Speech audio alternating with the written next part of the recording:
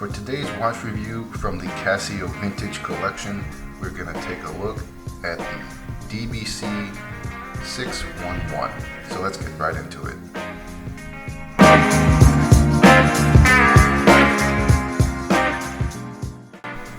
The DBC611 comes in at around $50 to $60 depending on which store you're looking at. For me, I got it from Amazon for right around $55.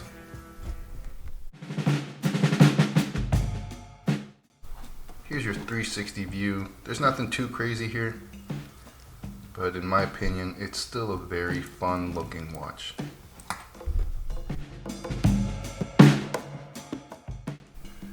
For the diameter, without the pushers, we're looking at 32.7 millimeters. Now if we add both pushers on either side, that goes up to 35.1 millimeters.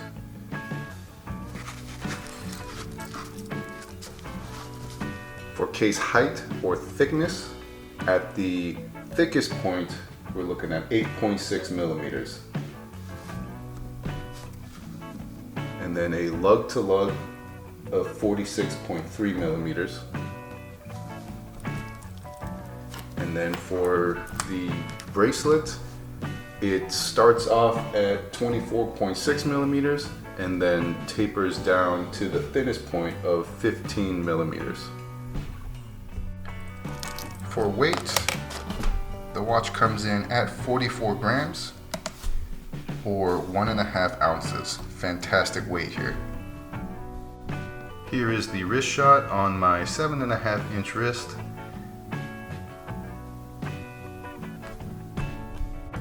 And just a quick warning, if your wrist is larger than 7.5 inches, this watch is not going to fit you. If you take a look at my bracelet, you can see that I pretty much have it set to the largest setting. It's not going to adjust much more than this, and the watch is just barely comfortable on my wrist. So it is comfortable, but if my wrist were any larger, then it would be quite tight. So just as a public service announcement, if you do have a wrist that is larger than 7.5 inches, unfortunately this is not your watch. For functions and features, starting from the outside and working our way in, for the case, we've got a resin case here, unfortunately. And I say unfortunately just because I prefer a steel or metal case. I just feel like it would have been better quality. And then working our way in, the crystal is also a resin crystal. And as you can see, we do have 4 pushers. 2 on the left and 2 on the right. And on the main display mode, the bottom right pusher right here will shift time from 12 to 24-hour mode. So in 12-hour mode, you can see that the AM is displayed right there, and then in 24-hour mode, it goes away. Moving on towards the different modes, so hitting the bottom left pusher right here takes us to Databank mode. Here we can input 25 different screens of memory. Also, if you look right here, it says multilingual. So there are actually 13 different languages. So we've got English, Portuguese, Spanish, French, Dutch, Danish, German, Italian, Swedish, Polish, Romanian, Turkish, and Russian. So it's a great little feature there. You can, input data or any kind of information in those different languages, and I think that's absolutely great. Moving on to the next mode, we've got calculator. Here, this is an 8-digit calculator, so you can calculate anything up to 8 digits. For the next mode, we've got alarm, and there are 5 different alarms and snooze. So to scroll through those, you would hit this reverse or forward button right here. And there you can see 3, 4, 5, snooze, and back to alarm 1. And then stopwatch, dual time, and back to main time. Also in the main time display, the reverse button and forward button act as shortcuts. So if we are to hit the reverse button, that will give us a shortcut to the dual time screen, and it's not going to let us operate it. It's just going to give us a snapshot of what our dual time is set to. And then hitting the forward button, that is a quick screenshot of the Databank screen. Also, it's not going to allow us to operate anything on the screen. It is just a quick snapshot. So whatever you have last set in your Databank screen, you'll be able to quickly access it by hitting this button. And of course, we've got that wonderful Casio quartz movement, which is rated for plus or minus 30 seconds a month. That might be outside of some people's comfort level. For me, that's perfectly fine. And if we take a quick look at the case back, you can see it is attached via 4 screws. Underneath the case back, we've got a CR1616 battery, which is rated to last for up to 3 years. However, in my experience, Casio batteries tend to last much longer than what they're rated for. As for water resistance, unfortunately, this is only rated for splash resistance. So, you know, I mean, it's not designed to be a rugged outdoor watch. I would have liked to have seen some kind of water resistance more than just your standard splash resistance, but just letting you know that's what you're getting. Here is the lume shot, and as you can see, the amber light originates from the left side of the display. It's not the greatest. You know, I think they were trying to keep the vintage style or the essence of the vintage watch, but I will always say that vintage style is cool and vintage technology is just old. So I would have liked to have seen some kind of like full backlight, sort of like Indigo, but they kept it with the original technology, and so that's what you're getting.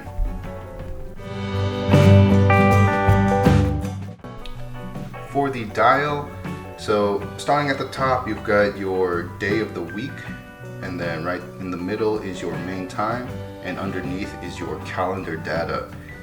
The size is not the biggest, so if you compare it to your standard square or the B5000, you can see that, you know, the B5000 is larger, but I feel like you still get all of the pertinent information or useful information that you would use on a daily basis here on the main display, and I got no complaints with it.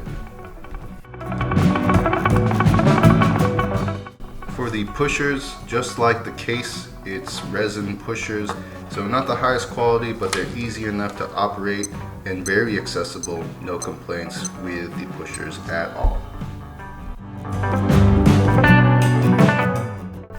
For the bracelet, we've got a brushed finish overall.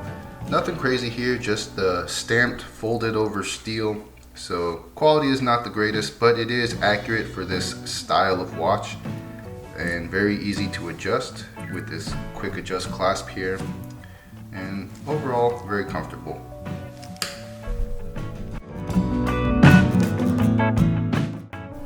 And here's just another shot of the case back. We've got the screws holding it to the main case and some information there. You know, pretty standard for this price range from Casio.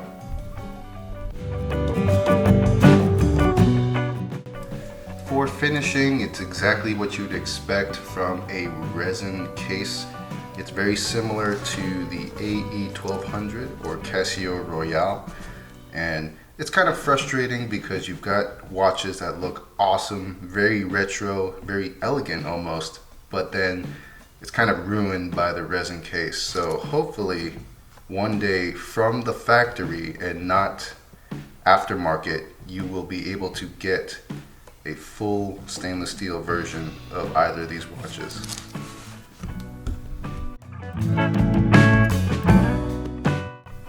Going over my personal thoughts, I'm going to tell you straight up that I absolutely love this watch.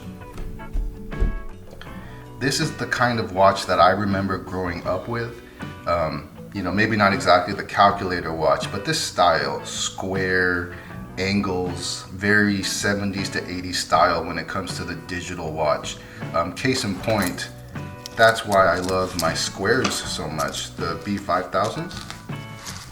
let's see, I got another one right here. So let's move the 611 out of the way and get a shot of my squares.